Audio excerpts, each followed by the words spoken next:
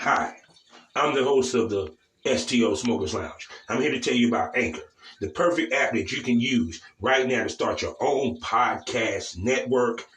You can broadcast right now. All you got to do is download the app, whether you have a phone, iPad, or even a laptop or desktop. You can right now download Anchor or go to Anchor FM right now and start recording and have your stuff broadcasted over multiple platforms such as Spotify. So go to Anchor today and start your podcast career like I have. Because trust me, I love me some Anchor. My brother from another mother, how you doing, my man? How you doing, man? It's nice to be here. Tell me about it. Tell me about it, bro. That first, I want to apologize about yesterday with this app, and also from listening to you, man. You know something? I am your Danielson. How you doing, Sensei? Yo, man, look, I'm cool, you know what I'm saying, taking care of some business, man. And like I was gonna say today, I'm learning myself, man. Thanks for the opportunity, man. And I know we got a lot of things to cover.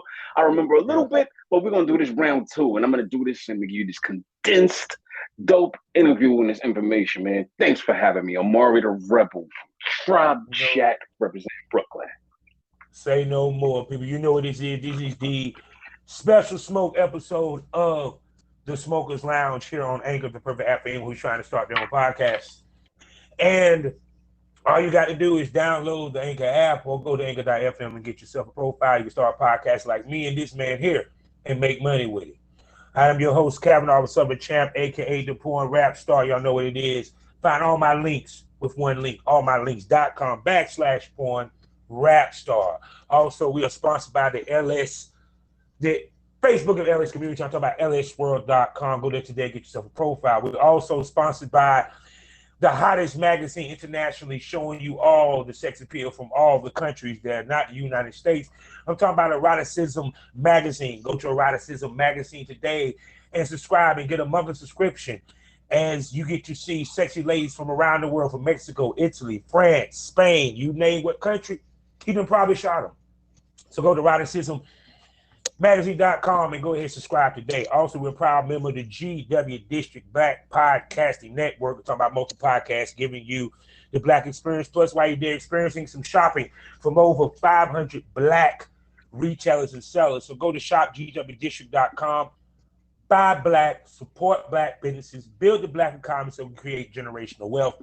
And you know what it is every Monday night. It actually is Monday night as we record this. Every Monday night smoke on K97 FM, the official radio station for the porn community. 8 p.m. Central Standard Time, 9 p.m. Eastern Standard Time. I sit down and chit chat with somebody from the industry as we discuss the business of porn. Now I done got all this shit out the way. Now, where were we?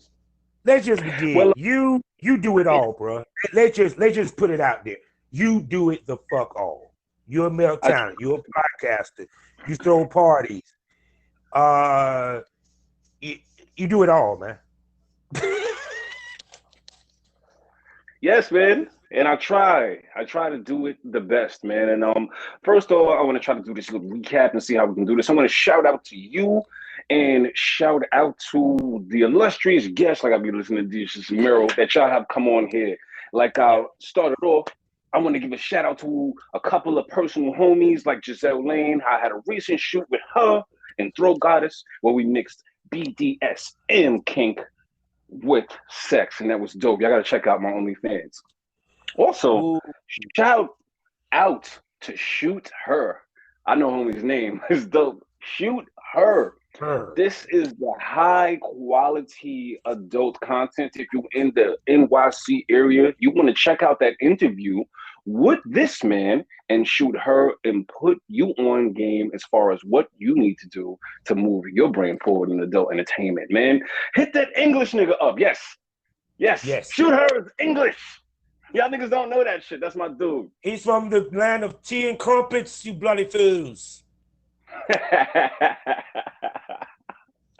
Yeah, man. But if I can, let me for those who don't know me, I'll try to let y'all know how I got started. You was telling me, he says you were inspired by checking me out. So for people who don't know, I go through this story about how we got here. My name is Omari The Rebel.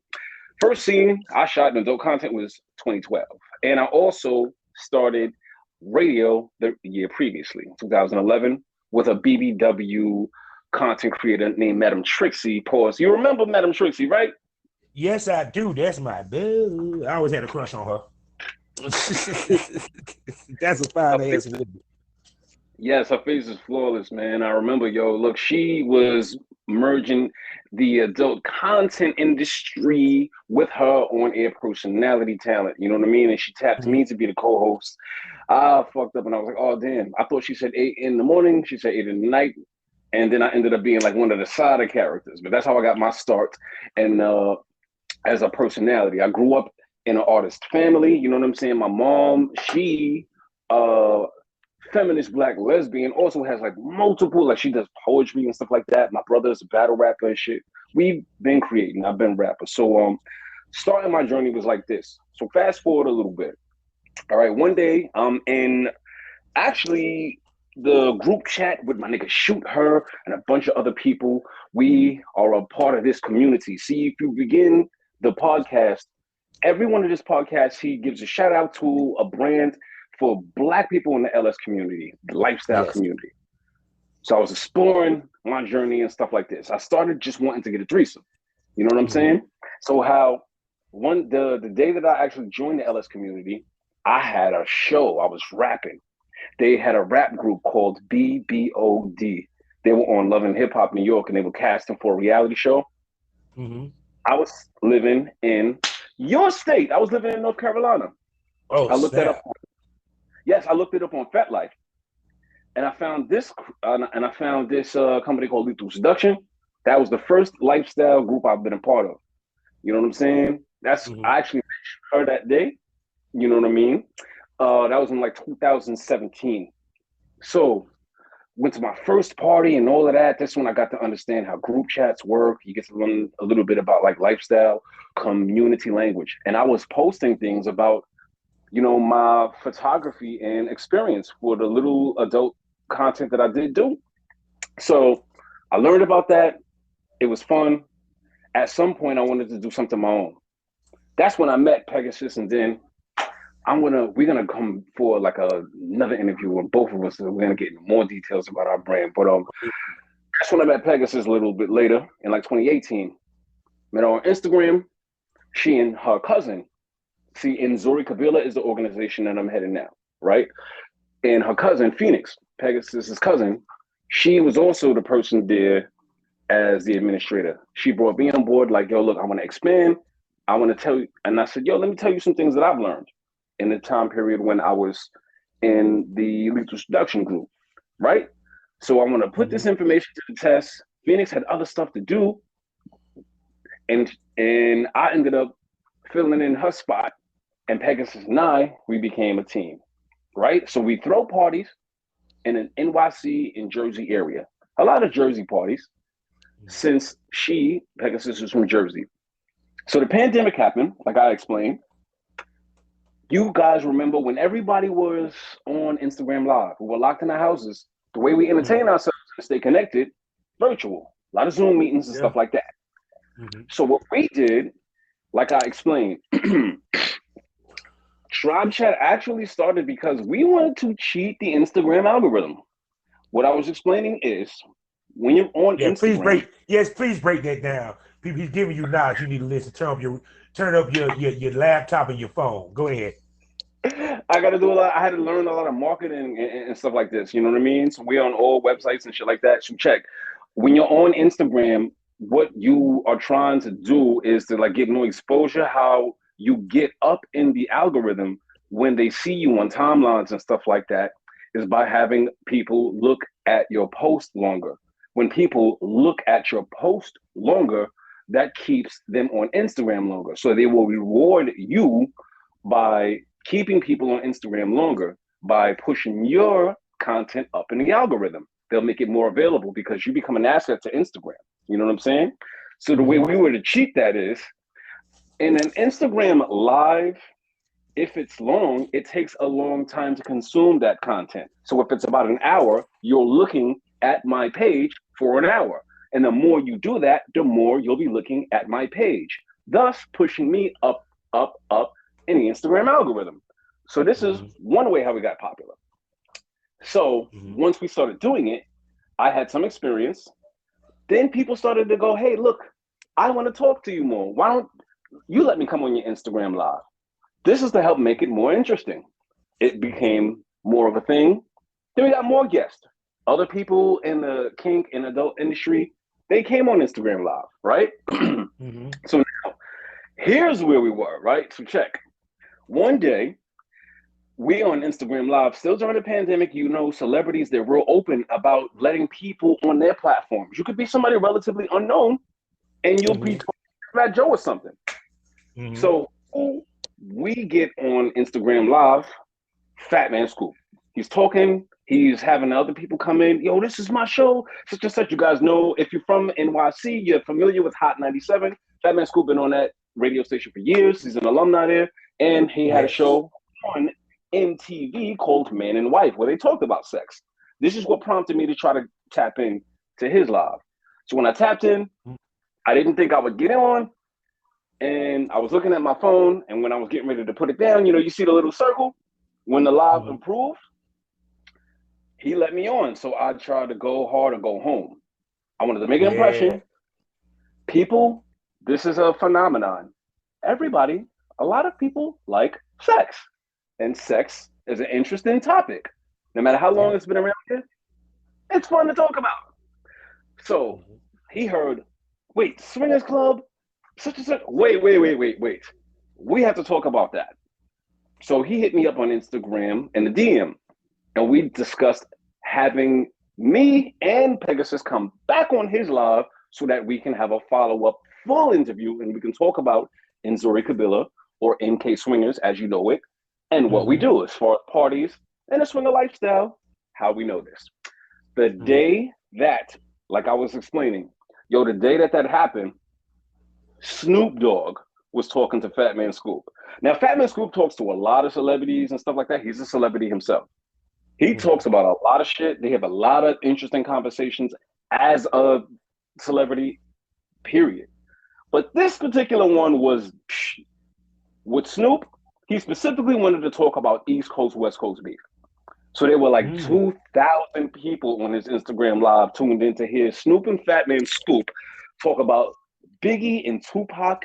And I learned, even as a hip hop fan myself, a lot about that. You guys can check that out right now on Fat Man Scoop's Instagram live. You scroll and you'll see when he's wearing a bright ass yellow hoodie and Snoop is talking to him. They talked about a bunch of things. Towards the interview, they wrapping up. And he's like, yeah. Yo, look, we're gonna talk about a whole bunch of comments, a whole bunch of content and things like this here. We're gonna talk about sex. We're gonna talk about swinging and stuff like that. Snoop is nodding his head. He's like, I'm gonna bring my man on here, and he's gonna talk to me about this. Snoop is nodding his head, and then he wraps up his interview. And I'm gonna tell you, to this day, I feel nervous. And it's like, I felt kind of, there was a high platform. I didn't think that, look, I'm gonna be talking to somebody of this caliber. We got accepted to join this live, and you guys can see that on my Instagram. You can see that on Fat Man Scoop. And I'm talking about the first one, when you see that Scoop and I were on different screens. That's the first time we had an interview when we met. And we talked about our brand and sex parties. He made a bunch of jokes. And this is how we got into a relationship with him. Once that interview got on, hundreds of people were tuned in already from this interview that they were watching with Snoop. So that's how we got our shit shot all the way up to 1,000 that day, right? Now, to understand what podcasting was, I was listening to Horrible Decisions. They talk about sexuality and stuff like that. These ladies are the leading voices when it comes to podcasting and open sexuality, especially as Black people, right? Space in New York. They've been doing it for some years. Yeah, so They have a group chat. I've been a part of it and such like that. And once a month, what they'll have is they have monthly town halls. If you have a fan, they have a group chat for that, and you can participate in the town hall where you're on Zoom and you can talk to Mandy and Weezy. And we talked. They let me speak for a second. They're from Florida. They're both originally from Orlando. And I talked to them about some swinger resorts and things like this, like Secrets Hideaway and things like that. And they, oh, wait, yo, look, you actually should come and discuss what you know on the show. It's like, you out here? You definitely need to come to the studio, right? Now, also, you can see this, man. This is sort of a topic, but before I hung up off of that town hall, they said, we need some clothes, a clothing line or like a brand, something that the men would wear, right? Yeah. Mm-hmm. And I'm not, no cap. I don't want to sound goofy, right? But I said, yo, look, I said Black Sexcellence. I swear to God, like I can prove that. Yo, if you go into Horrible Decisions there, you can click on their merchandise, you'll see Black Sexcellence. Or if you want to go further, name, to be honest, that's a hot name though. Yes. Also, it's like they had the black and they put the quotation in the sexcellence, like it was Black Excellence. That's what we did. It got to the point where if you guys go on YouTube, if you see Charlemagne had a segment where he was talking about Black people not getting paid and such, and Diddy was involved in a little controversy for people talking about not getting paid and revolts. You'll notice Charlemagne the God is wearing a Black Sexcellence shirt on the Breakfast Club in that interview. Yeah, you know I actually remember that. You wear a shirt. Now, mind you, because I saw the episode y'all was on, and it didn't correspond. Word. But check, right? So, what Charlemagne actually does. So, here's how he gets tied into how we get tied into him. So what happened is Charlemagne does a Brilliant Idiots podcast. Weezy later on, she opens up her own studio called What the Fuck Media Studios. That's where TribeChat is shot. You guys should check us out. On Sundays is where we go and shoot in the afternoons and stuff. I decided that we should start our podcast over there. They shoot in 4K. It's the best of the best. And before I did that, they even have, I learned some of what I learned. It's like a lot of information. It's from Weezy herself. She used to sit down with you personally and talk to you about podcasting and help you with your brand. Now she does it virtually because it's safer. And hey, she's a little bit more popping now. This is before her TV show came out. Yeah, and, it's really popping down. But see, I'm gonna tell you what's interesting because it's just gonna sound funny, but I knew she was gonna get a TV show before Mandy. Just because the way she is, the way that she talks, Mandy's a little bit. She's too real. Why Weezy got that persona that fits TV. You get what I'm saying? I see. I understand. When it comes to certain subject matter and stuff and how she engages and stuff like that. Yeah. But Mandy also has a little bit of a bigger social media profile than Weezy and stuff like that. You know what I'm saying? But check it out. So this is what happened. Charlemagne has been fucking with Horrible Decisions for years, so he decided to show support, and he shoots there at What the Fuck Media Studios. They shoot at What the Fuck Media Studios. I shoot at What the Fuck Media Studios.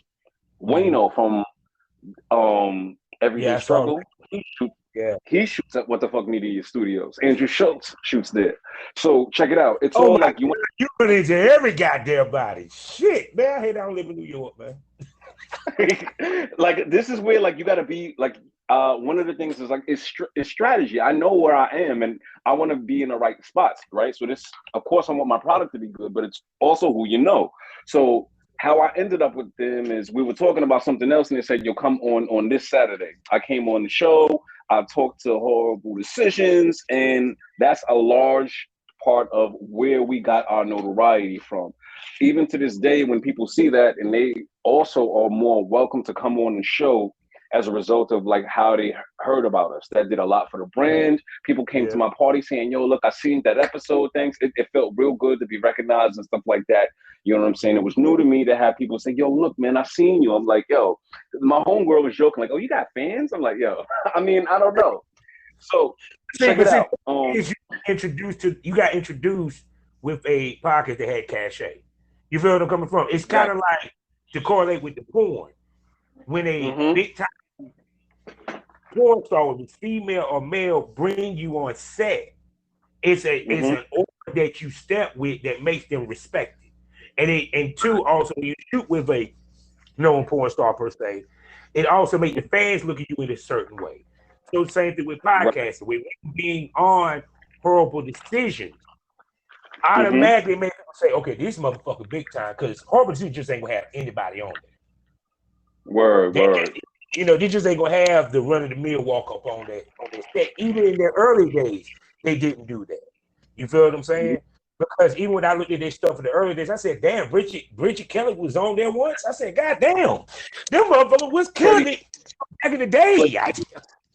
City Girls. Yeah. Lisa Ann. That's what I'm saying. So it's kind of like, I like they were doing their thing. They were doing their thing with Mandy had long black hair people. That show you how much I've been watching them. Let me what I wanted to get to a little closer to the crux of the point. So a lot of things, like I'll be telling, like I was saying before, how I deliver the podcast and such is based on a multitude of my inspirations. One of the biggest inspirations, like I say, if you guys notice how Tribe Chat sounds and how I always try to do this, a big inspiration to me is a lot of people on radio and people who do like the late night comedy shows. The Stephen Colbert's, the John Oliver's, people like that, of course. So if you notice how I try to deliver information, it'll sound a little bit like last week tonight. Now, because in Tribe Chat, we are the underdogs in What the Fuck Media Studios. Everybody that comes there is more popular than us. So to offset that, I'm like, yeah, I want to be the best of the best. We have to grind harder. I had to study the equipment and study things. Like when I talk to Wheezy, some of the things that we do in the podcast, she was like, wow, that sounds like that would be a lot. Like the shit that we do with the sound effects and shit like that. She was like, I specifically wanted to do that because she thought that would be really difficult and difficult to try to fucking execute. And yo, shit, we got that shit right. So one time, Fat Man Scoop actually comes to the studio. Nigga come late as motherfucker. We talking to Ariana Starr. Shout out to my friend Ariana Starr. She's a personal friend of mine. Anybody who's listening, if you ever saw a movie called Baby's Kids, she's LaShawn. She was in that movie with Mark Houston and Tone Loc and Donald Faison. You know what I mean? We got to develop a relationship. She even came to one of our parties. You know what I mean? Her and her new dude from San Francisco. So check it out. That interview was fun. But from doing what you need to do, hard or soft, they actually hit us up. And they hit me up directly. And I think that was Orlando or how they was like, yo, we would like to be on the show. I was like, yeah, that sounds like come through next week. I told them that's a good look. I said, yeah, they are a podcast. Two dudes, Tahoe and Orlando Roy. They also based out in Brooklyn. And they had a live show with Exotica and all of that. You guys should definitely check them out. Anyway, they came on the show. They did not know Glamazon Tayomi, who also is, you definitely need to know who Tayomi Morgan is. Glamazon Tayomi. Yeah, I know Glamazon. Yeah, she's an ordained minister, right? Get the fuck out of here. You gotta watch that episode again, man.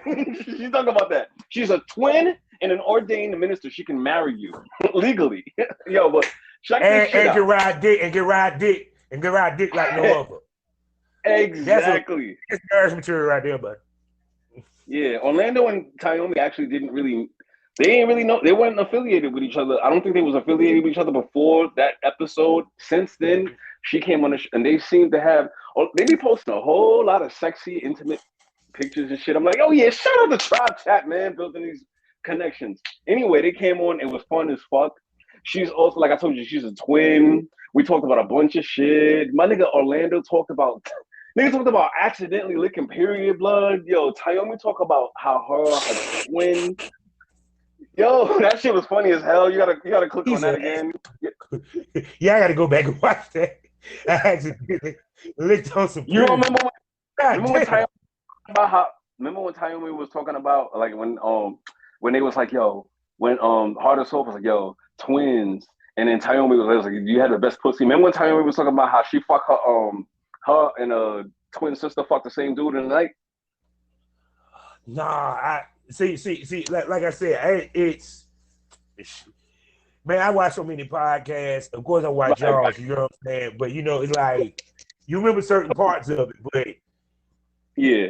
So go ahead.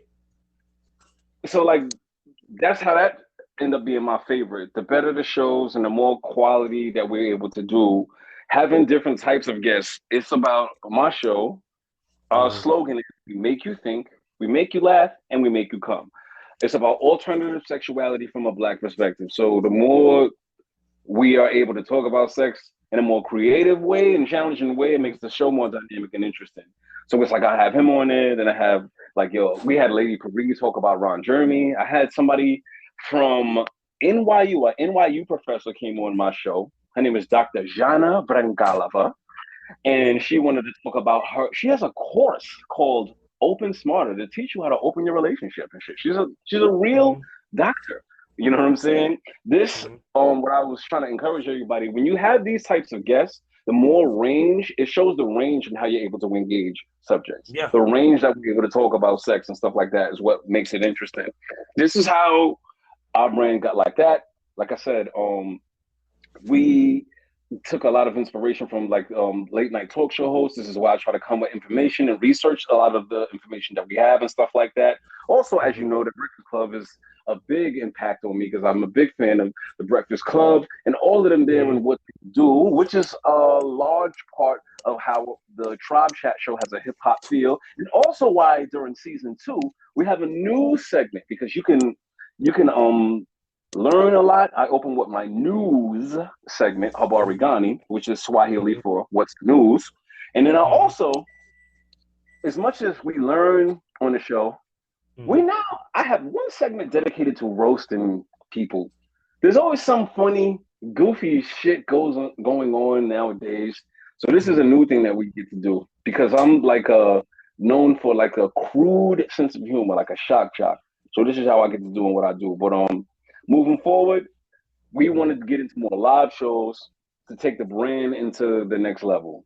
So we got into that. That's where we at.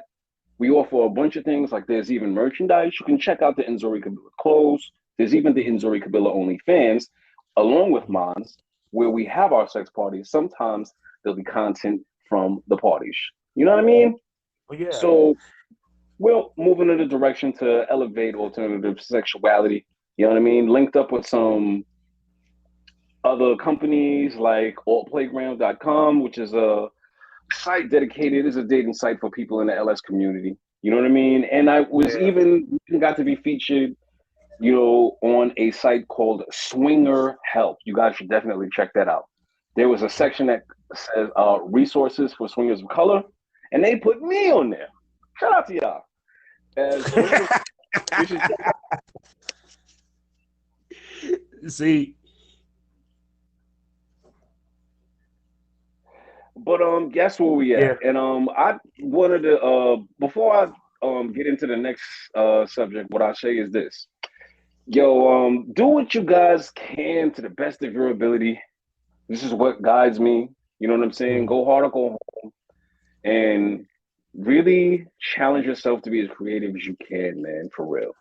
Like you're not. I'm gonna tell you what's interesting, right? It's funny because the reason why I'm quiet, because a lot of my fans be like, you know, damn, he ain't talking, because he understand it's like I'm also soaking up the knowledge of what he's saying. You feel me? Because I've only been doing this for a year. Now, what's crazy when you told me how long you've been doing podcasting, I said, well, dang, I thought you would do. You know how some people, when you look at them, you think they've been in it for years. And it's just they're so good at it. They might not have been in it that long, but they're just so good at it. It looks like they've been in it for years, period. And to hear your background and where you came from, because even with me, when I started the podcasting, everything that happened and the way it came has been organic. Even to how Smokers Lounge came about, because that wasn't even my first podcast. You know what I'm saying? And also to the subject matter of the adult film, because like I said, what I like about y'all at the same token, as well as what I'm seeing a lot of podcasts are doing, and to me, I think we taking it further than what Horrible Decision is taking it. Is that we talk about the crux of sexuality, the business of sexuality. See, that's the one thing that people don't really talk about the most in a lot of podcasts. I noticed that with y'all discussed that. I discussed that, man, because when people come into it, like for example, you throw parties. You have motherfuckers that throw parties, but don't know a fucking clue how to throw one or how to run it. Trust me, I've been on a swinger party that. Why did you do it? Why? This is swinger party. This what you call you just wasted my fucking time. You wasted my night. Thank you. Thank you. Fucking my night up. You know what I'm saying? So it's like, you know what I'm saying? So it's like, that's why I do my podcast, because I want to show, even though I have my issue with sex worker, but every spectrum of this business, this world of what we're in. You feel what I'm saying? Period. Because to me, it's kind of like, when I look at y'all podcast, I can see y'all the metric sticking me the way. Not more so than that of Horrible Decisions. The reason why, because y'all talk to porn stars. Y'all talk about the business. You know what I'm saying? One, because you do the business yourself, which makes sense. You know what I'm saying? So it's kind of like, speak to the importance of giving that knowledge. Being what my man KRS-One said, entertainment. Yeah, man. And also, like, you get to challenge yourself when you really get to know it and try to learn in and out. This is what really helps you. But like I said, a lot of what I do comes from learning. I'm a learning machine. I'm a real big proponent of this idea that knowledge is power. You know what I mean? Like I said, I learned so much from listening to Shoot Her interview. Like, I told you before, right? Yo, I used to work for Amazon. Oh yeah, because I look at this like this is like a journalism thing, right? So I used to work for Amazon, and like, one day I was at the warehouse, and then, there was a lady standing out there, and she was like, look, if you want to talk to me about what's going on. It's a white lady. She passed me a card, right? And I've been friends with her ever since. Her name is Grace Ashland, right? Shout out to Grace, right? So, check. The truth is, she works for this organization. I don't know if y'all heard of it. It's called the New York Times, right? So they got a gold standard, been around forever when it comes to journalism. So I wanted to learn from her. That's how I try to like sharpen skills. I asked her like before I started TribeChat like a few things as far as researching and engaging guests and stuff like that. Because she was up there. How I was able to get her help. They wanted to do a story on how Amazon was exploiting labor and shit, and I participated in that. And I helped. To be honest with you, fuck it, like because I'm like I don't since I'm where I'm at right now. If anybody get the New York Times story, those screenshots of what the app looks like, I did that shit. Yeah. Amazon hate. That's the fucking shit. He's the whistleblower. And I went to his swinger party. I hate him, but I love him. Oh my God, Amazon is on. Amazon like, man, that's so man. I see why he went to the podcast. That wasn't it. You see, they got a newspaper. You know what I'm saying? All right, called AM New York, and like I think I see it. Check it out, right? Listen, they had a protest in front of Jeff Bezos' house down in Manhattan, and a friend who I met through like the activism circle had me come out there. So I was there. You know what I mean? And I was speaking. She was like, "Oh, you're such a great speaker," because these people always tell me this shit. So I did. According to them, I got fired 2 days after that. Huh? Good. Over some other shit, but it just happened that same week. You know. Hell yeah. We get around you, man, we're gonna be tripping, bro. It's gonna be lamb. I swear to God. That's real nigga shit, man. But bro, that's exactly how it happened. So check it out. So I was just like honing my skills like that. That's how I was honing my skills and stuff like this. So like to understand, like yo, like with the activism circuit, this is where you should be present. I said before, yo, everybody, y'all should definitely listen once again to the interview with Bobby and Shooter. He gets into so much game as far as watermarking, things that you want to do to get in the industry. But like I said before, you guys, you don't have any content, right? In addition to everything that Shooter said, think about doing some of the philanthropy work that will help push the adult entertainment industry forward. And But see, the thing of it is, it's, let me tell you what that is. It's called prepping. The reason why I'm saying that is because what y'all just described, how I got my start in this business with the BCB street team. I was doing music and I needed a way to push my music. And what was the thing back in the day?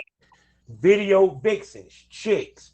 This is when you had what's the name of that goddamn website with all the models on that bitch? God, what's the name of that? Huh? Hip Hop Honeys was one of them. Hip Hop Honeys. It was another way you could find models, but I had over 100 models spanning the globe that were sending me pictures, the whole nine or what have you, and I would use them to push my shit. You feel what I'm saying? So it's kind of like by the time I did do adult film, my shit was being known because one, especially on a local tip, because I was going around with chicks, throwing parties with chicks, introducing the BCB girls and stuff. I made them type outfit when they walk in the building. Like, yo, we wearing red tonight. I want you to dress up like schoolgirls because it's college night. You know, period. We going to the car shows, taking pictures with the cars. I had them I used to print them out, flyers where they could have the guys pay to sign the flyer, they could buy the flyer. Them girls made money, period. Right. So I call that prepping because you're somewhat getting yourself known for that. So when you do start it, it's not such a surprise and it's not so far-fetched. And plus you already starting that. You feel me? So like the reason why I said something about the advocacy is because there's a lot of people who are doing work for people like us. The APAG, that's the Adult Performers Actors Guild. That's led by the legendary adult industry performer, Alana Evans. She's doing a lot of work. If you get your Instagram taken down, you talk to her. If you're having problems with getting your payout from OnlyFans, you talk to the APAG, the Adult Performance Actors Guild, and Alana Evans will help you.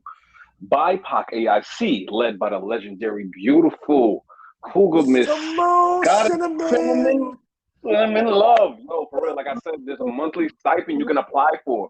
If you're having problems paying your rent and your bills and stuff, they give out about they were giving out like $500 for sex workers who are Black or specifically non-white. They were based in NYC, but they're all around. Now I'm gonna ask you this. Can't even interrupt you.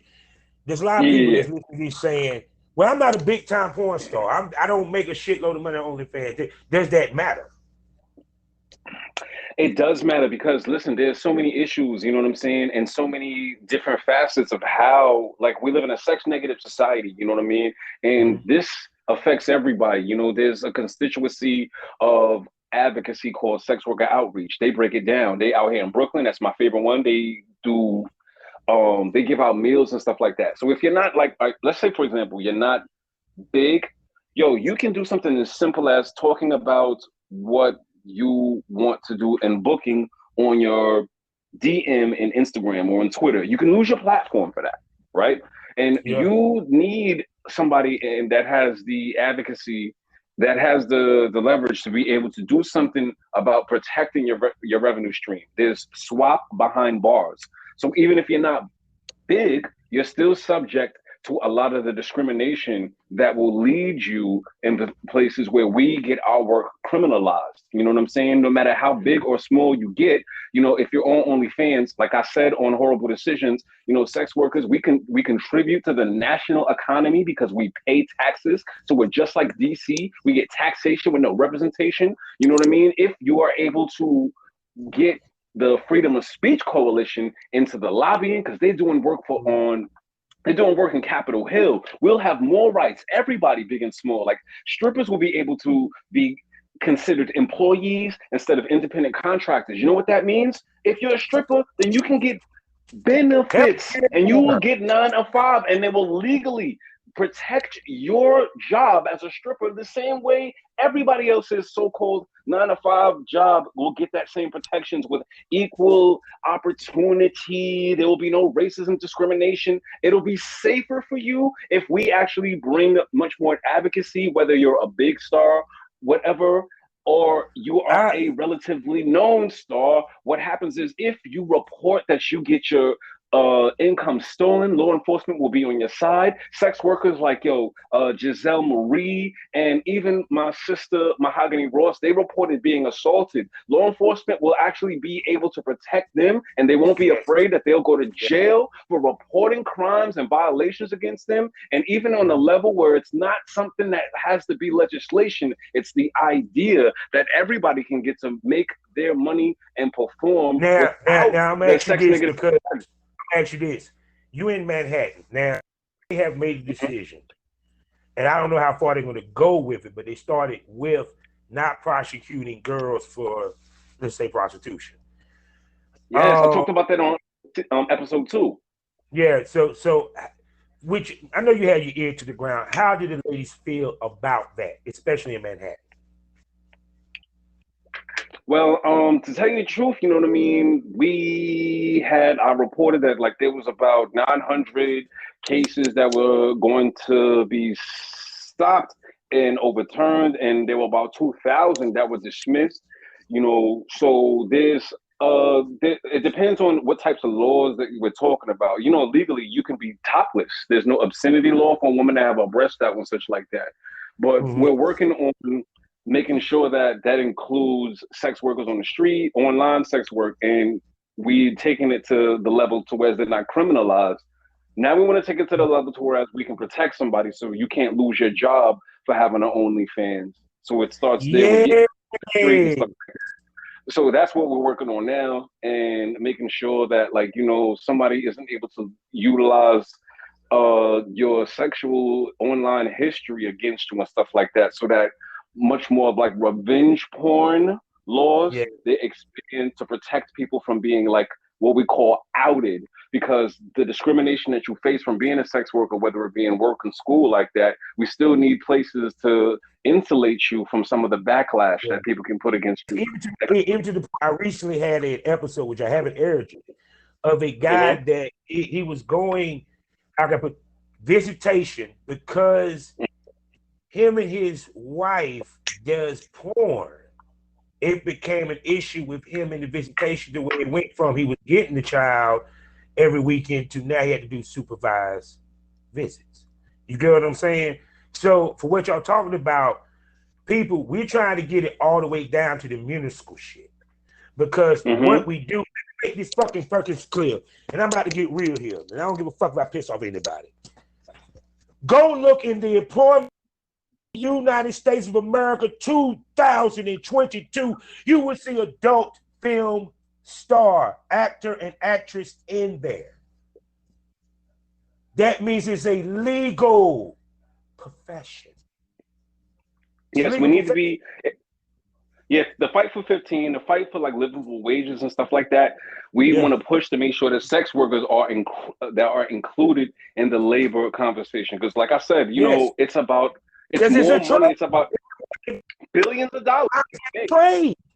It's a trade. Because let's look at the definition of a trade.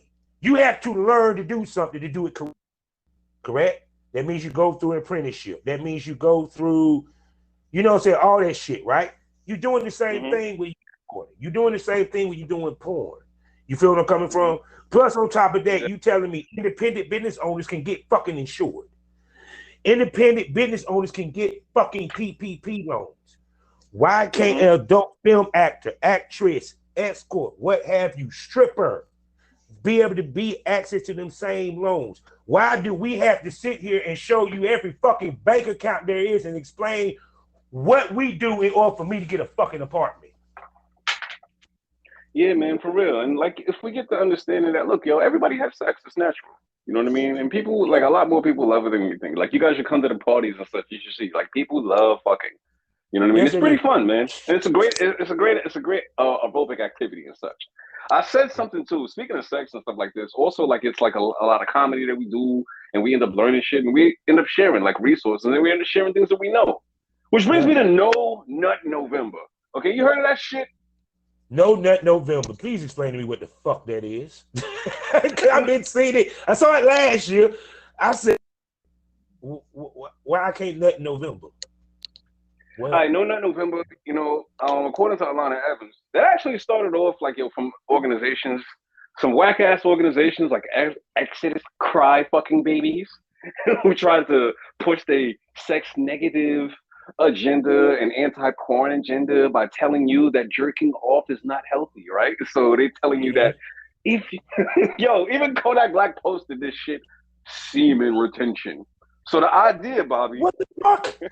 listen, the idea is, look, by not jerking off and not busting a nut for like a whole month, you're going to build up all the natural enzymes and build up all of that testosterone, because when you jerk off and you skeet, you're shooting out vitamins and testosterone.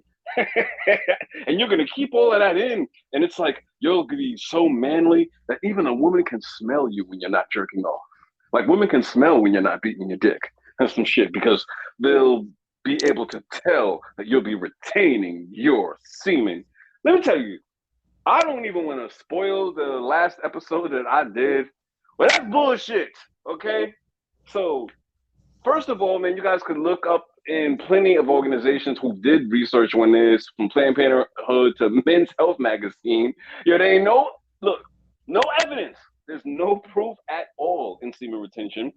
There's no evidence that you shoot nutrients out of your fucking sperm. Hold on. I got to say this. Tupac said it best. Nothing feels better than a nut. What the fuck? Exactly. As a matter of fact, when you're frustrated, a nut helps you out. There's science on that. You got to get to know yourself sometimes. I'm sorry. Yeah, but that's not an opinion. That's actually science. Because scientifically, you will be at less risk for depression, because sex and masturbation actually helps you sleep, which also helps regulate, the amount of stress that you're able to intake. Because you have less stress on an average level, it actually boosts your immune system. Ejaculating enough times helps reduce the amount of prostate cancer, and also keeps your heart healthy and healthy erections. All of that information, you guys can go on menshealth.com, and each one of those bullet points are backed by verified research. So jerk off, man. Because I'm gonna tell you the reason why it helps with depression. Because when you're a man, you're going to imagine the situation that makes you jerk off, which is going to think about it. When we sit there, we're going to the bathroom, wherever it is, and we may imagine she's a maid or what have you. So in order to, you're making yourself feel good. You're giving yourself them endorphins. You're feeling good. Your chakra, your tantra. I had Lucia Gabriella. Shouts out to her. She talked about the tantra. She talked about, she's basically an orgasm helps. It relieves so many things, period. It makes you, the thing after you bust a nut, you're happy. You're in a good mood. It's like smoking a blunt. And smoking a blunt and busting a nut is even better. I'm just saying. Facts. It took a minute to add. I was exhaling smoke when he said that. See, all it is, I'm just saying, it's nothing wrong with self-love. It's okay, fellas. Trust me. You'll love your wife even more. Yo, check this out, man. Speaking of porn, right? I'm gonna go into another segue and such like this. You was talking about loving your wife even more, and when you feel good, right? So you guys go on DJ Vlad, and you go and you'll look up an interview by a porn star. Her name is Chanel Hart. This information was a gem. You know what she said? She said, "There's nothing like being pretty and being fucked." So what she broke down to me was what the ladies like in porn is, what you gentlemen, you should know that women, they like to look good. You should try this as an experiment. So when she gets home from work and such, how she is on her regular day, have sex with her, right? Now, what I also want you to do is try this same sex, right? But like, wait. Before you do that, it may sound extra. Glam her up like she's going to be in a porn video. The reason why that's going to make a difference to the sex is because she'll perform better when she feels better. If she feels sexy, then she'll act more sexy. So if she feels like her hair is immaculate and this outfit is crazy and she has her nails done and her makeup done, you're going to appreciate the visual because she's going to look above average than she does to you, and she's going to feel better. This is how porn stars typically look. They're glammed up for the performance. So this is why they're enjoying this. So you should definitely try that. Make the woman feel sexy. It'll take you a long way. Now I'm going to tell you what's interesting that you said that, right? I was just saying this. Now, all the girls I interviewed, especially the MILFs, they started their porn career after a divorce or a long-term relationship, which the sex was boring, the guy didn't make her feel sexy, the guy didn't make her feel wanted, and then she got out of the relationship or marriage, and now she's a swinger, she does porn, and she feels more confident and sexy. So what you're saying is basically so fucking true. Because fellas, that female that you're not making feel sexy could probably be the biggest freak in your lifetime if you just be able to unlock it. You must know how to understand to unlock your wife's inner freak. That's what he's talking about. See? Because it don't take much for us. Don't they take much for us. But see, for women, you got to use it. You got to do you got to be smart about it. You got to be meticulous about it.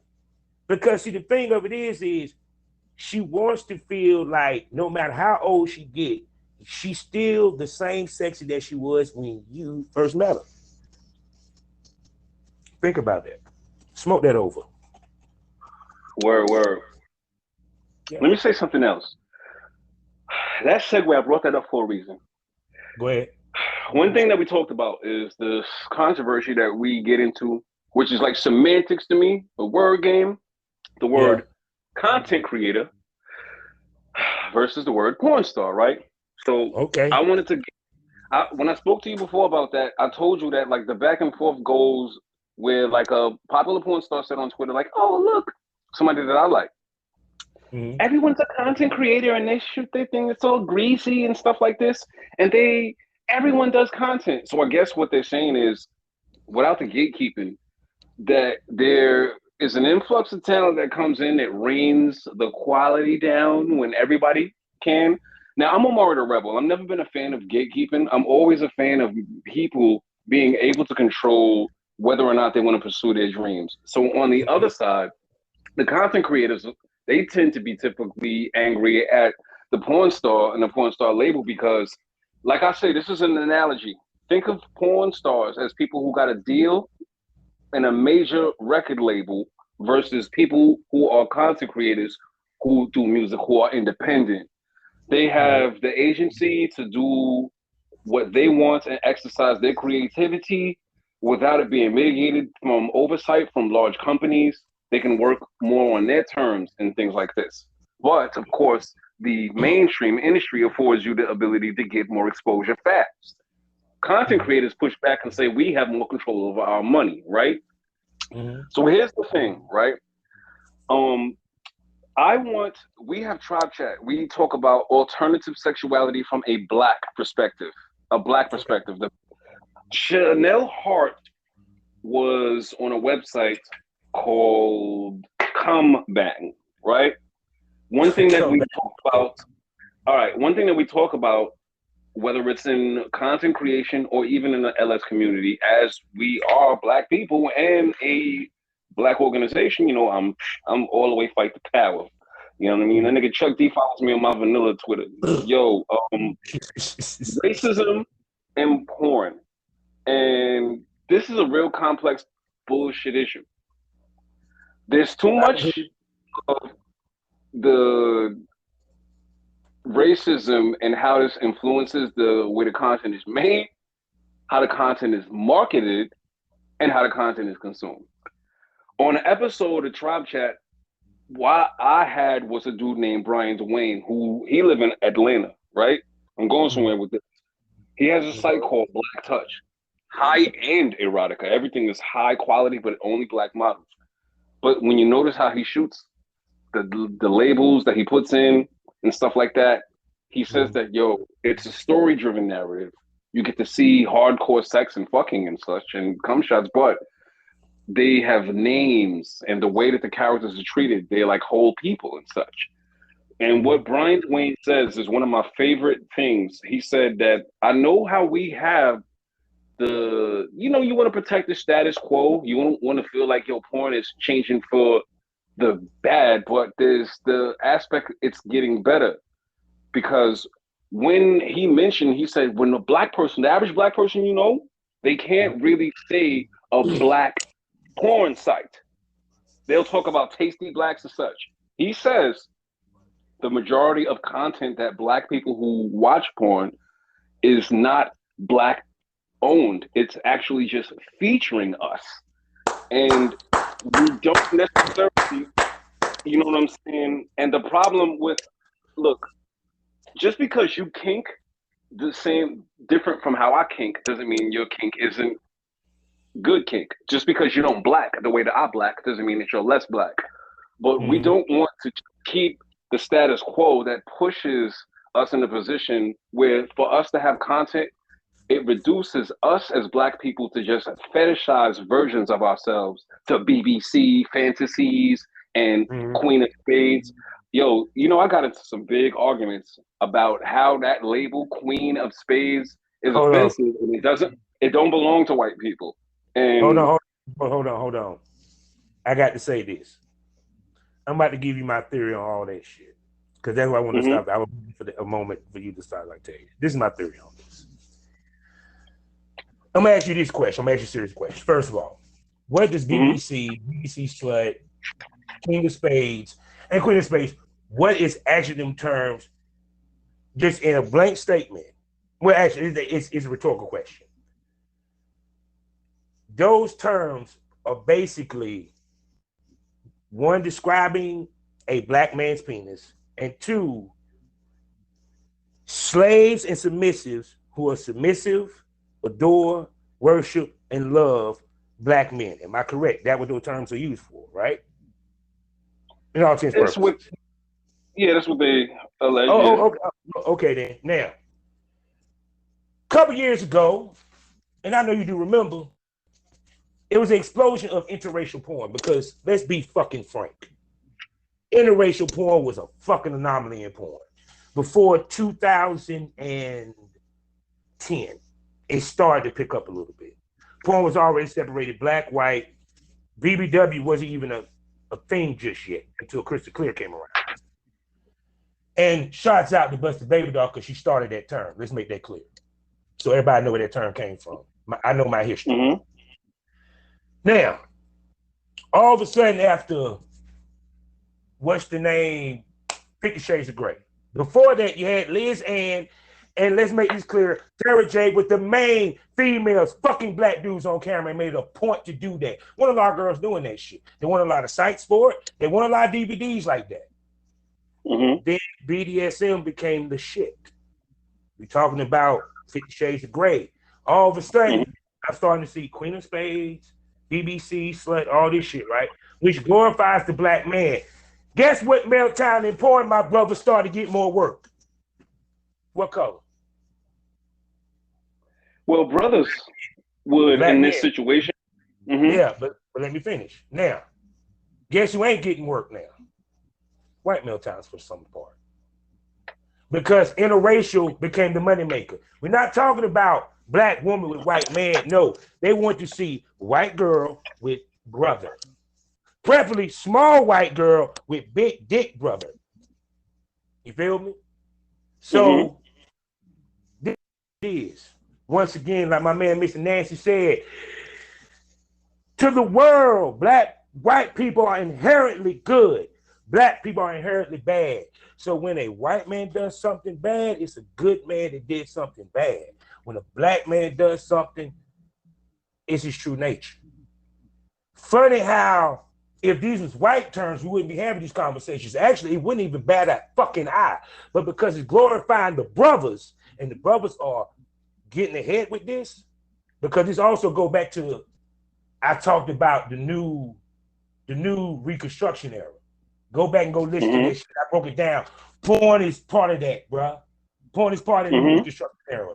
And you know what I'm talking about. You know about the Reconstruction era. Okay, then. Once again, we don't want these, and I'm going to say it, we don't want these niggas to get it. We don't want it. We don't want to glorify these niggas. Because what's the one thing white people are worried about? And it's happening. Hold on. White what people. I gotta say. Go ahead. What I gotta say is this though. You know, I was gonna write a song called "Dear White People," man. Every time I had this conversation, this does come up. You know what I'm saying? And I definitely feel like, yo, this is a good time to check out that interview with Brian Dwayne, because what I can say is this, like I said, like, yo, just because you don't kink the way I kink, it doesn't mean it's less kink. But I need everybody to understand that, like, you know, consensually, you know, people do have the range to safely and consensually explore your sexuality on your terms, as long as everyone involved is consenting and they want to do this safely. But what I want to do is be honest about when we talk about the power dynamics and uneven power structures. You know, white men, they don't have to juxtapose their image in the way they're represented as much as we do with so much negative stereotypes. You see, like a black porn star is called a black porn star.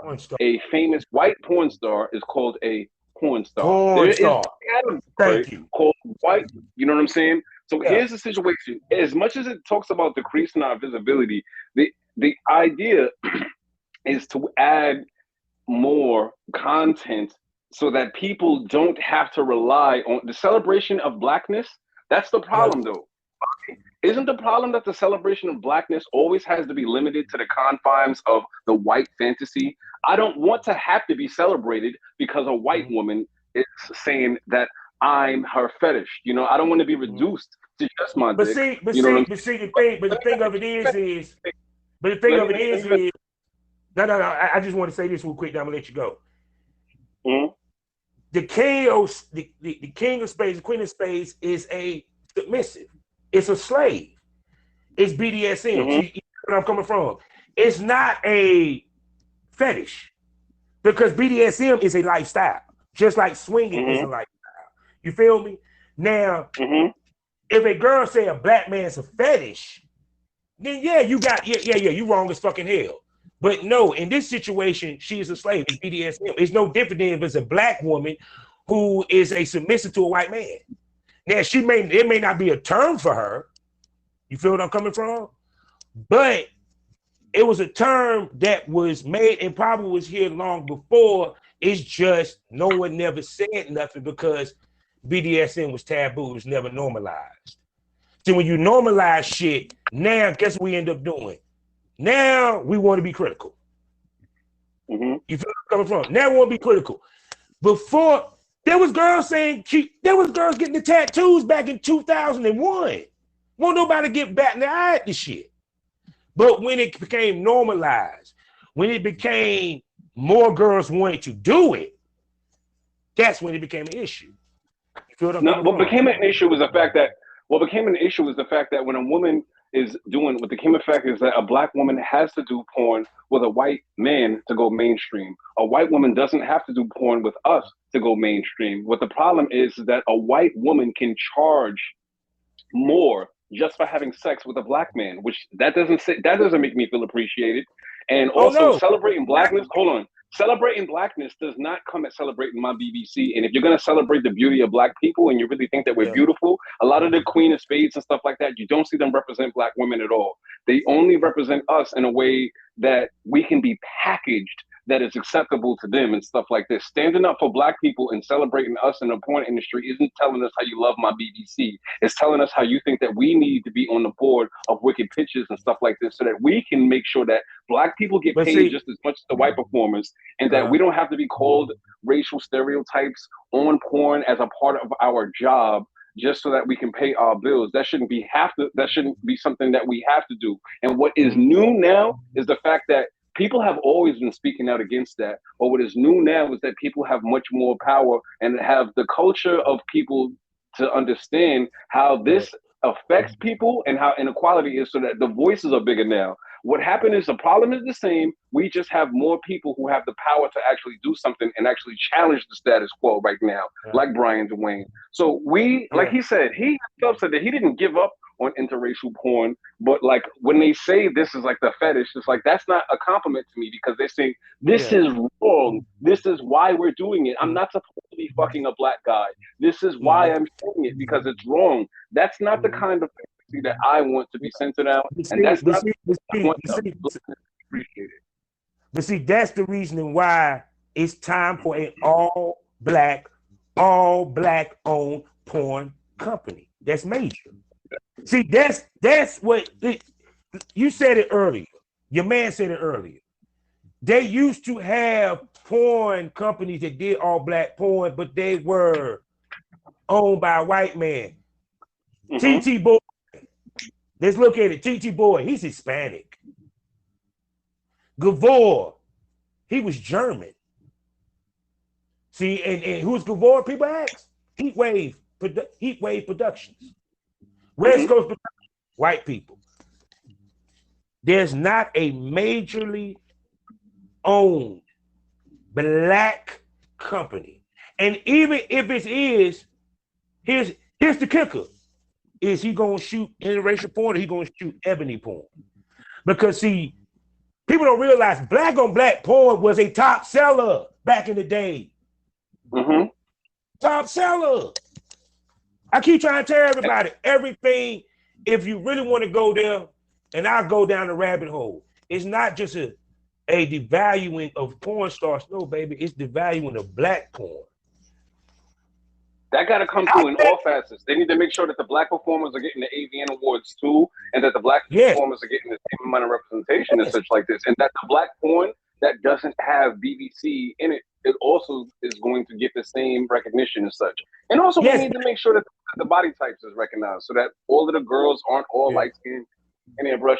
We need to be able to get to see more celebrated blackness the way it is. But see, if you had more black-owned companies, even when it went interracial and you had BBC, you would have had the titles out there. Because remember, we had all black movies that you say shit about black. They had actual good titles. You feel me? It's the same thing I said when it came to BBWs in Hollywood. The biggest mistake Hustler made was making a DVD called BBW Nurses. And first of all, you already killed it because you put BBW, which is nothing wrong with a BBW, nothing wrong with a big girl. But you also picked a genre that is just going to be a part of the herd, nurse. And there's a guy, and basically it wasn't even a real movie or production. It was just a bunch of scenes put together, girls and the nurse. It's how you package it. And see, if we had black-owned companies like House of Motherfucking Gold shouting out my girl Giselle, you feel me? Shoot her. Their companies, you feel me? You know, Big Booty Marley Entertainment, Marley Moore Entertainment. You feel what I'm saying? All-owned women production company. Shout out to Raquel Savage and the WAP House on the West Coast. BB Highway, I shot him out too. God damn it. Yes, man. This is why I feel like what's going on with the culture of the content creator birth, man. This is the agency that we need that gives us to tell our erotic stories and more diversity. So this is why it's good to push back against the status quo and why I feel like, yo, look, man, we need to keep doing it. So you can see all type of sexy blackness in more ways than one. You know what I mean? Like how you talking about it's putting no balance. music involved. Because to me, I don't see an issue with BBC Slut, BBC, Queen of Spades, King of Spades, because I'm a Dom anyway. Mm-hmm. So what the fuck? Why would it? I'm a Dom, really? Mm-hmm. Hey, let's keep it 100. If you would Dom shit, you feel what I'm coming from? You know, to keep it 100. So to me, being the BDSM lifestyle, it's like I don't see an issue with it. Now I can understand why people. Go ahead. That's why you should definitely talk to Mistress Marley. She was also in the New York Times, and she was featured in a lot of publications, Complex Mag and stuff like this. She has a constituency of Black. I'm in a group. I met her a few times. Y'all see me post pictures of her at Exotica. She has a constituency of all Black female doms. They even teach courses how you can make money, Sugaring Academy and stuff like that. Yo, y'all check out Mistress Marley. But when you talk to her, she is going to be 100% honest with you about the fact that, like, you know, when we talk about racial inequality, it doesn't exist in a vacuum. It's pervasive and it exists in all society. So it's going to be in a kink community. So the fact that she wants to exercise her sexual agency like this doesn't really separate the fact that those microaggressions can happen. You don't think just because you're a dom that someone telling you, "Oh, you're so sexy for a Black woman," doesn't happen, or how that microaggression influences the way that they pay the white dom a little more than the Black dom, or you know what I'm saying? And shit like that happens. It's like this. Like, for example, as a dom, if a girl said to me, "I'm submitting to you because you're a Black dude," I don't accept her. Same, me too. You get what I'm saying? Slaves I had, they liked Black dudes, but she didn't submit to me because of it, because I say she was a white dude. Actually, she had a dom that was a white dude. Preach, I'm on that. You feel what I'm saying? So it's just, to me, the terms I don't have an issue with. I get what everyone is saying to a certain extent, because that's now on an individual basis. Because if she's speaking me because it's like this. I never been with a Black dude, so I want to be with a Black dude. No, I can't do that. You feel what I'm saying? Oh, I just somebody on that show. You feel what I'm saying? Because it's a difference between me being a dom and I'm looking for a slave versus I'm just looking for some pussy. Now, if you like me because I'm Black and you fine as shit and you white and you about to give me the pussy, I'll take it. But as a fucking dom, no, I don't want you, because that means any Black dude can come in and snatch you from me. And when I'm a dom, I want loyalty. That means that motherfucker have a bigger dick than me. You don't flinch unless I tell you to. You feel what I'm saying? So that's what I mean, which goes to, there's a lot of motherfuckers that don't even understand how BDSM works and try to speak on BDSM terms. That's like a white man trying to speak on Black experience. Can't do it, bro. I had King Hef. I had the King Hef come on the show, and he talked a lot about stuff. Like, y'all should talk about like aftercare. That's a part of when you give yourself. So like, also like, damn. So like, when it comes down to, I'm gonna ask you this, and I'll talk this. Real dom shit, people. Doms don't pick the sub picks the dom. Smoke that over. Go ahead. Shit, I was just about to like the L to that one too, man. But yo, word, man, like that's actually pretty fun. You know what I'm saying? When you talk about like how this is one of the ways that we talk about stuff on the community, when we talk about how certain sex conversations meet. So I was saying, niggas drag on the season finale of TribeChat. I got a podcast platform that I'm on. 2, 1. Shout out to K97 FM, the adult party station. Brother. Right?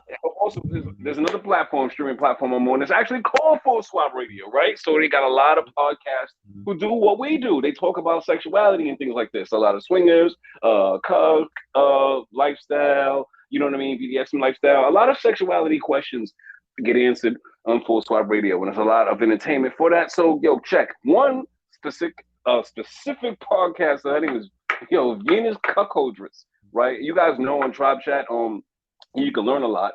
but I gotta get considered like kind of like a Howard Stern or a Charlemagne figure in this shit. Cause I don't really be giving a shit. Like, yo, I do shit like, yeah, I sometimes be getting in trouble. Like, I don't have no problem. Like, I be making fun of all of these people. I made fun of ASN before I got in there. I was in ASN magazine. I made fun of Partners ID. So I be roasting people who be talking this Queen of Spades shit, right? So there's a podcaster. Her name is Venus Cuckoldress. She's on my podcasting platform too, Full Swap Radio. So we looked up a clip where she was talking about the BBC fantasy with a friend of hers. So I took the clip, right? And I listened to it. And I talked about that shit on Twitter with the other people on Full Swap Radio because there are other Black swinger podcasts who also do what I do. One like Sweet Life, another one like Duchess Cashmere, and they got a podcast for two people called Bomber and Bell. They're in Maryland called Black and Kinky. Shout out to them, right? So we're cool. We'll be tagging each other and stuff like that on Twitter and shit. It's dope, like the little Black Kinky group. So niggas had a conversation about her clip about BBC and her fantasies. So we were sometimes talking about how bullshit that was, right? So then other people jumped in the comment. It got into some real funny, interesting, messy conversation on Twitter, right? So then it got some interesting. I took the conversation on my show on the season finale. It was just Pegasus and I. We talked about going to an Atlanta sex club and stuff like that. And then we talked about this conversation that came up in our group chat. That was the last thing we talked about was Venus. And Pegasus and I, that's one of the things that makes it interesting. Sometimes we be going back and forth on subjects. So we got to see this. I got to hear the fantasy that she talked about because they must be some interesting. Then I showed all of the tweets from everybody who actually mentioned that they heard the clip. And we all happen to not be feeling the shit, right? I guess Pegasus was playing devil's advocate at the time and such. So that's where the back and forth came. And I ended up dragging her up across the damn show over that fucking clip. And we ended up because I haven't seen the clip. But just give me a brief for my listeners. What the fuck was she fantasizing? She must be one part got cut out and such. Like I had one part that I got cut out. The part that I really wanted to mention is that she said that I like white guys for my man, but black guys are who I like to fuck. Right? That was part of the crux of what I wanted to get at. When I wanted to piggyback off of when we had our previous guest, Dwayne, talk about that shit. So I'm saying to her, you don't have the right to try to take that word for yourself. And you don't have the right to try to redefine a term that affects us as a white person because you think that you like fucking us. You know what I'm saying? Gives you the right to have access to terms like this. I know what the word spade means.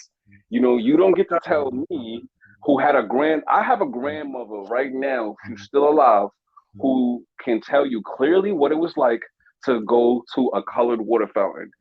Venus is from Canada. A Canadian white woman don't have the right to tell me that she has the right to use that word because she doesn't mean it in a racist way. You know what I'm saying? And fuck everybody who thinks they do. What's the real shit? Okay. I'm gonna say this perfectly clear.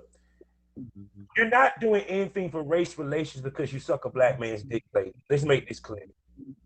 Facts. You just black man's dick. Unless your ass went and marched just because you posted Black Lives Matter on your post don't mean let me shut the fuck up. God damn it.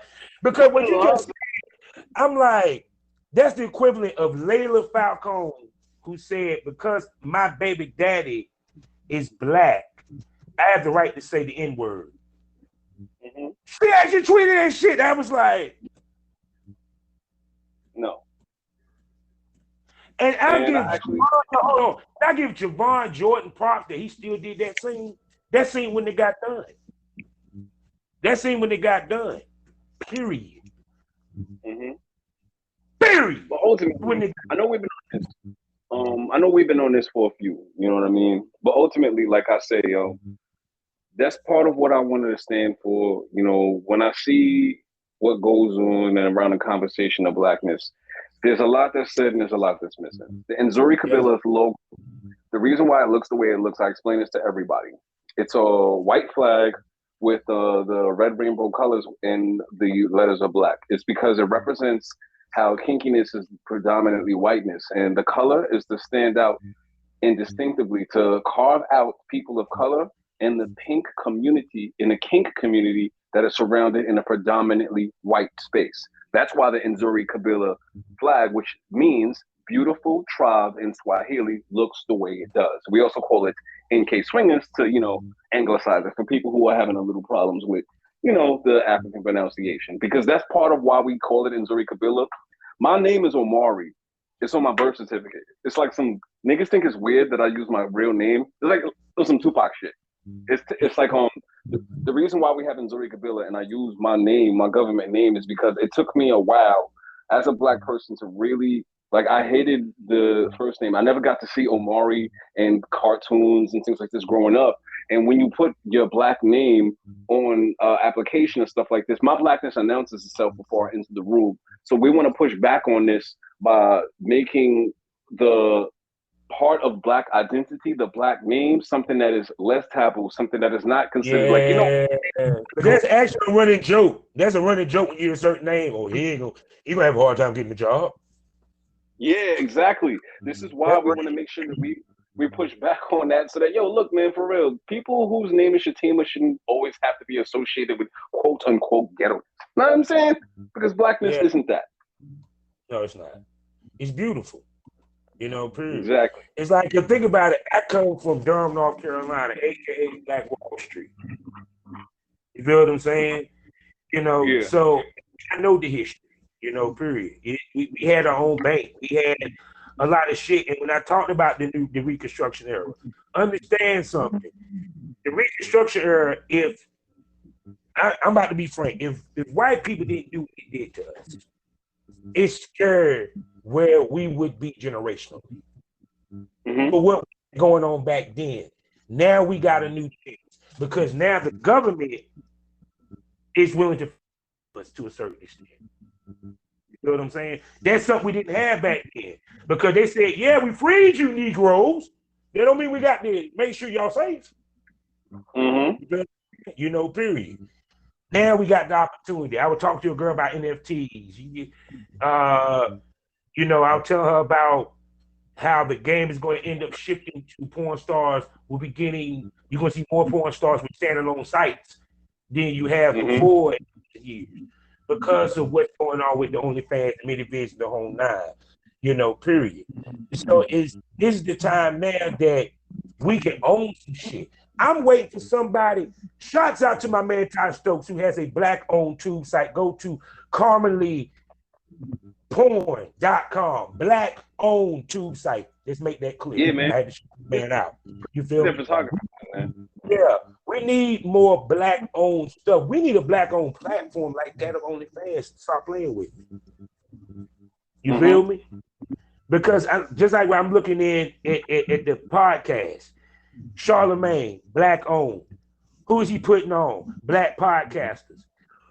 You gonna put on your own. Let's make this clear. We keeping some realness here. You gonna put on your own. White people gonna put on white. I sit in North Carolina right now. Oh, you said it on Charlemagne. I just wanted to cut you. I'm sorry, man. Thank you very much for the Black Effect for shouting out TribeChat, man. Because we actually, when we were on Horrible Decisions, we made it to the top 10 of Apple Comedy Podcasts on that episode. Thanks, Charlemagne and the crew, for giving us that light. Yeah, man. And that's much love, too. And he's a Carolina nigga. Y'all forgot about that. It's Carolina, baby. South Carolina. And before, one of the closing out things that I want to say before we go, like I said, that's why I met the executive producer, who is the boss. Like I said, I be talking and I do the writing and stuff like this. I'm more vocal and stuff. The TribeChat boss is a black woman who graduated from a HBCU, you know what I'm saying, with a master's degree, with glasses. It is actually not me in Pegasus. You know what I'm saying? You can't see the boss. You know what I'm saying? She's always on the other side. The boss that we be talking to and stuff like that. You know what I mean? So as far as I know, towards the summit, what we got coming up, man.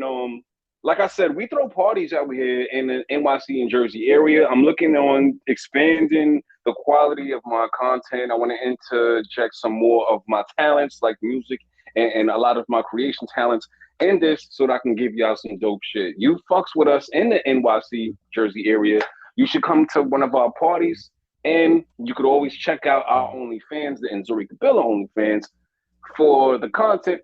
And you can even shop for some merchandise as well, man. Hit us up. But like I said, man, I was saying before, like you guys talk about getting into the porn industry. I didn't get to expand on why advocacy is a thing. One thing that gets talked about is like how women get engaged when they talk about, yo, look, you looking for a scene or you want to do content and such. Why I say that you should start there is because of a few reasons.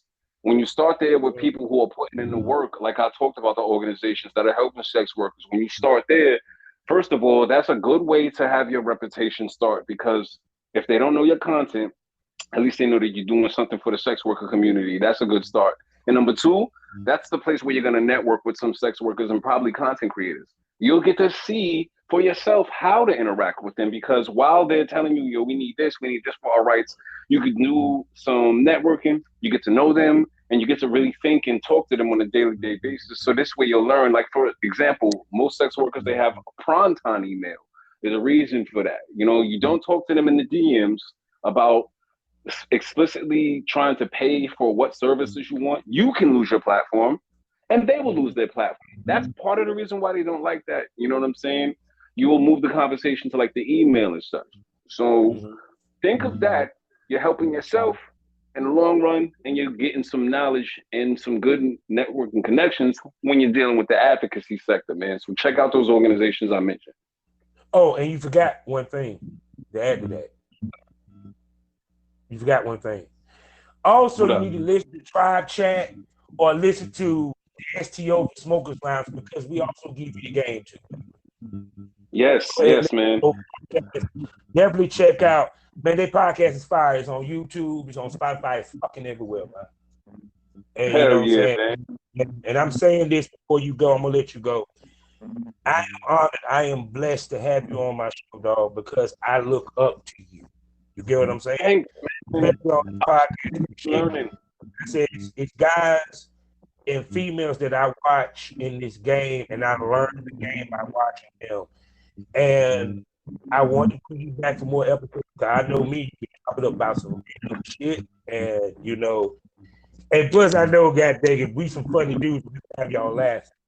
So you gotta come out to Manhattan too, man. You gotta come in the TribeChat and sit down. I'm planning on doing that. I'm planning to do more traveling next year. Hopefully, New York is one of the spots I'm planning to hit, as well as Atlanta, because I got people in the area that I can actually podcast. So I'm definitely planning to come to New York, especially now knowing you. So I have even more reason and check it out. You know what I'm saying? So with that being said, people, you know how we end my podcast. Yeah, man. Yeah, man. Oh no, sorry. And I want to say thank you for coming. Okay, so like I said, you know how we end my podcast, people.